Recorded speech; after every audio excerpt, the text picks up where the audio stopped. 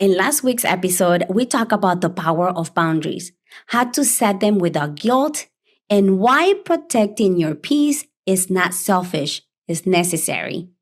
I share some personal moments where saying no felt hard, but also how reclaiming that no helped me reconnect to my values and purpose. But here's what I found to be true: boundaries are just one piece of the puzzle. Because even when I started setting boundaries, I still wasn't fully being myself. I was strong, yes, but behind the strength, I was also holding back. In today's episode, I want to talk about the push and pull of being seen, about how easy it is to hide behind the version of ourselves that looks put together, and how scary but powerful it is to finally show up as the whole you, the strong and the soft. If you ever felt like you had to be the one who holds it all together, if you've been afraid to let people see the tears, the fear, the real emotions behind the strength, this one is for you. Let's talk about the courage it takes to live out loud. For a long time, I didn't want to be seen as weak. I didn't want people to feel sorry for me. So I kept the tears in. I held it all together. I pushed myself to look strong even when I was breaking inside. It wasn't about fitting in, it was about self protection. It was about protecting others from my pain and protecting myself from feeling like a victim. However, when you carry the weight of always being the strong one, there's no room to be fully seen, no room or space for softness, no space for honesty. Living out loud doesn't mean you have to share every single detail of your struggles. It means you stop hiding the truth of who you are. It means giving yourself permission to be whole, strong, and tender, brave and afraid, healing and powerful all at once. Because authenticity is not weakness. It's the boldest, bravest thing you can offer the world. Since my sister passing, I have slowly been learning to open up not just to others, but to the parts of myself I used to bury inside in the name of being strong. There's no one size fits all when it comes to healing. But here are four practices that have helped me reconnect, begin to heal, and show up more fully for myself and others. And maybe they'll speak to you too. One of the first things that helped me was spending time in scripture. One verse that has brought me comfort again and again is Revelation 21:4 NLT.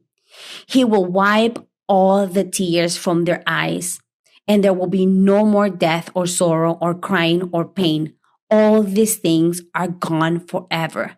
That promise reminds me that God sees it all: the pain, the tears I hid, the aches I carry. And slowly, I started to find the peace I so desperately needed by learning more about who He is. Another practice that has been deeply healing is journaling. And I talked about this before, but not the kind where you write to look back on a good day. I mean the raw, messy kind.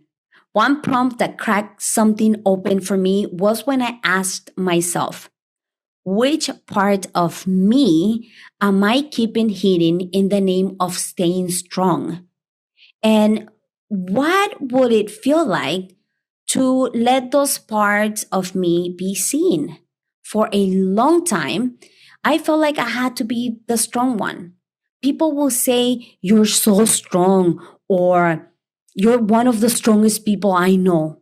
And I would smile, But inside, I was screaming. I don't want to be strong. I just want to cry. I want to feel what I'm feeling right now.